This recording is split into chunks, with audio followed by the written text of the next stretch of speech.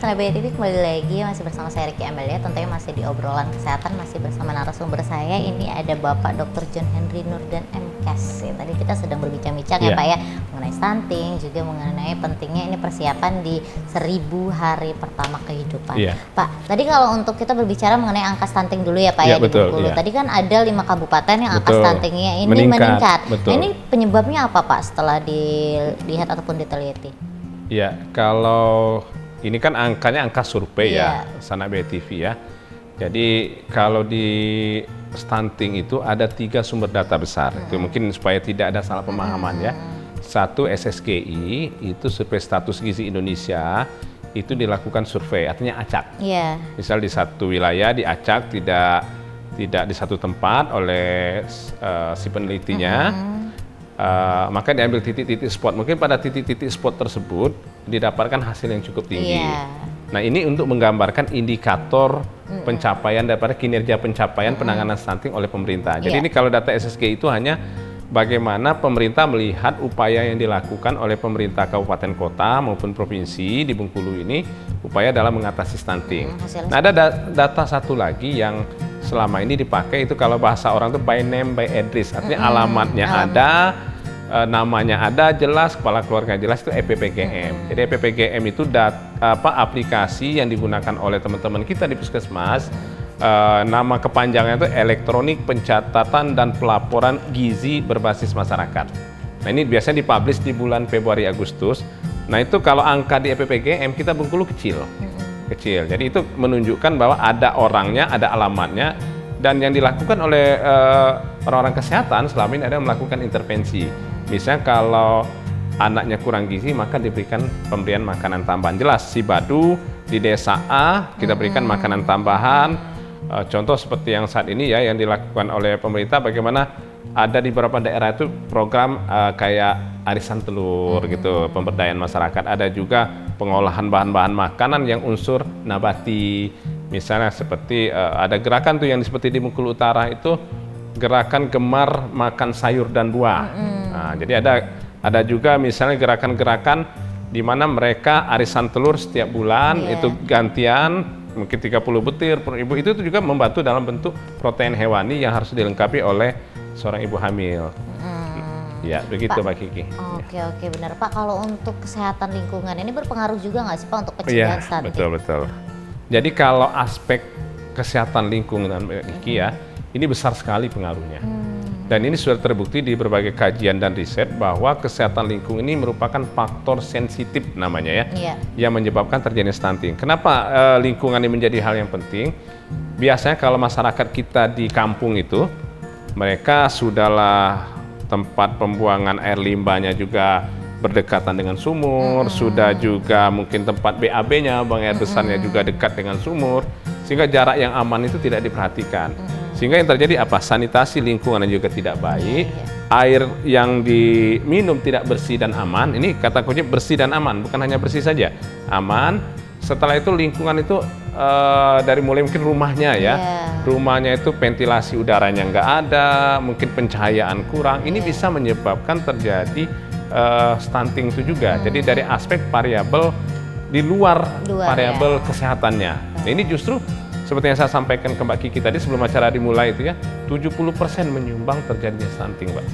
Jadi yang tadi makanan tambahan, tablet tambah darah, pemberian makanan gizi itu cuma 30% itu bisa mencegah. Iya. Baik. Jadi 70%-nya yang justru Mbak Kiki tanyakan nih, faktor lingkungan, faktor-faktor yang lain. Rumahnya juga nggak sehat, itu justru jadi pencetus dari stunting. Benar, berarti ini yang harus jadi garis besar ya, Pak, yang harus diperhatikan oleh Snapbaby TV.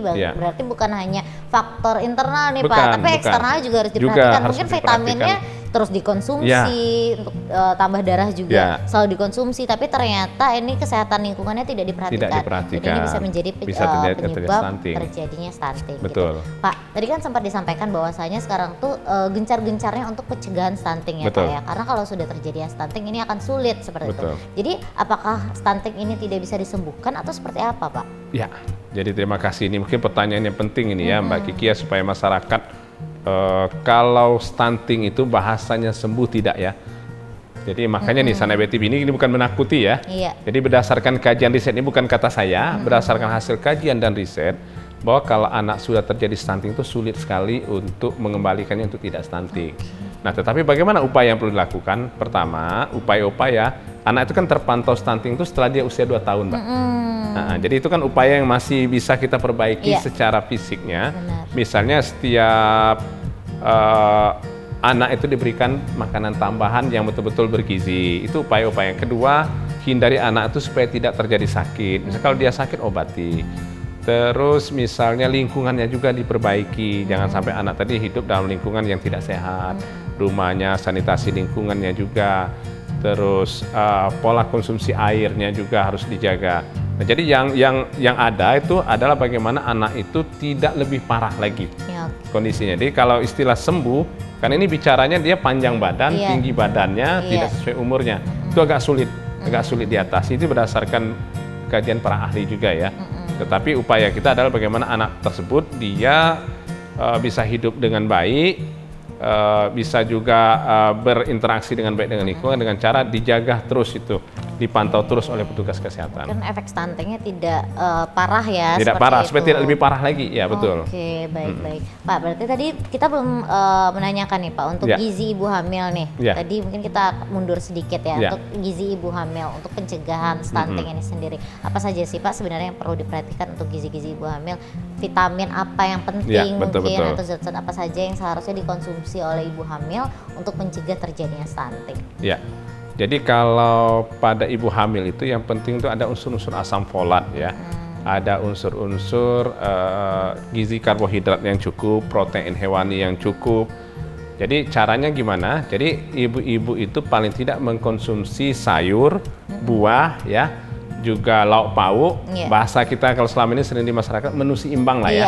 Menu gizi yang seimbang. Ditambah juga tadi dengan 1 susu sebagai penyempurnanya ya. Kalau dulu kan ada istilah 4 sehat, 5 sempurna. Nah, kini cuma ganti istilah saja. Jadi yang penting diperhatikan adalah bagaimana ibu mengkonsumsi makanan yang mengandung gizi, ada unsur-unsur yang dibutuhkan oleh janin, mulai dari lauknya tadi itu ada unsur protein hewani, juga ada unsur protein nabati tadi adalah dari sayur-bayur, buah-buahan.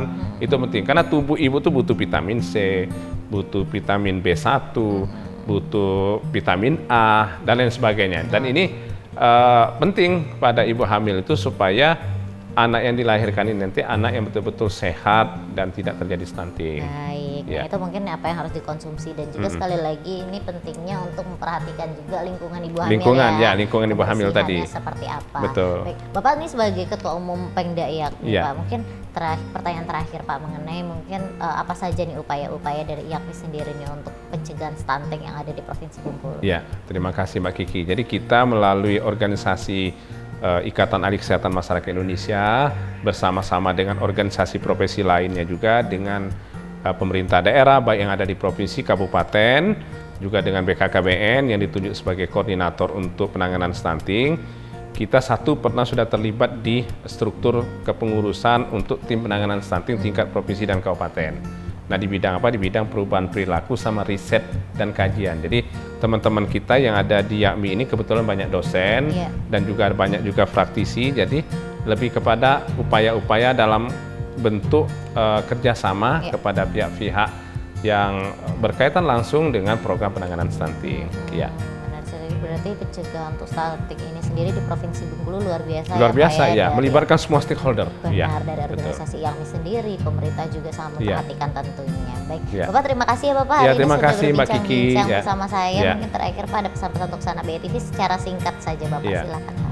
Baik ya, Sanak BTV semua ya, khususnya ini pada remaja putri dan ibu hamil ya. Pertama buat remaja putri, jangan sungkan Anda untuk periksakan bila mana ada keluhan kepala pusing atau mungkin sering nyeri-nyeri badannya ya, mungkin itu bisa sebagai gejala anemi atau kelopak matanya juga agak tidak bagus ya, warnanya nggak merah, artinya kemungkinan itu anemi, artinya konsumsi tablet tambah darah. Yang kedua pada ibu hamil, periksakan diri ke puskesmas atau posyandu atau fasilitas kesehatan sebanyak 6 kali kunjungannya ya. Nah, dan yang berikutnya jangan lupa ibu-ibu hamil yang sudah melahirkan itu perhatikan pemberian ASI. Baik ASI yang pertama setelah melahirkan atau ASI selama 6 bulan sampai usia 2 tahun. Ayo susui anaknya sampai usia 2 tahun, jangan stop, jangan gunakan susu formula selama anak kurang dari umur 2 tahun. Cukup itu Mbak. Kalau itu sudah dilakukan upayanya, dan bapak-bapaknya nih jangan lupa, kalau ibu-ibunya mau ke puskesmas, mau posyandu, dampingilah. Dulu kan ada siaga ya, suami siap antar dan jaga, ya gitu ya. Gitu. Karena itu bisa mempengaruhi hidup dan kesehatan mental dari ibu hamil juga. Baik Bapak Johan Hendry, terima kasih. Terima kasih Mbak Kiki. Kali ini bertemu lagi bersama saya, ngobrol-ngobrol lagi, memberikan informasi baru untuk saya dan juga Sanab ETV. Sehat selalu ya Bapak ya. Alhamdulillah ya, sehat ya, sukses. Dan tentunya salam untuk seluruh teman-teman di organisasi YAKMI. Terima kasih Mbak Kiki ya. Untuk Sanab ETV juga terima kasih sudah menyaksikan obrolan kesehatan untuk episode kali ini. Sekali lagi semoga tayangan kami terus bisa menjadi tayangan informatif dan juga hiburan yang menarik untuk Sanab ETV tonton. Akhir kata saya Ricky Amelia beserta segenap kerabat kerja yang bertugas pamit undur diri. Wassalamualaikum warahmatullahi wabarakatuh dan sampai jumpa BETV Weekend.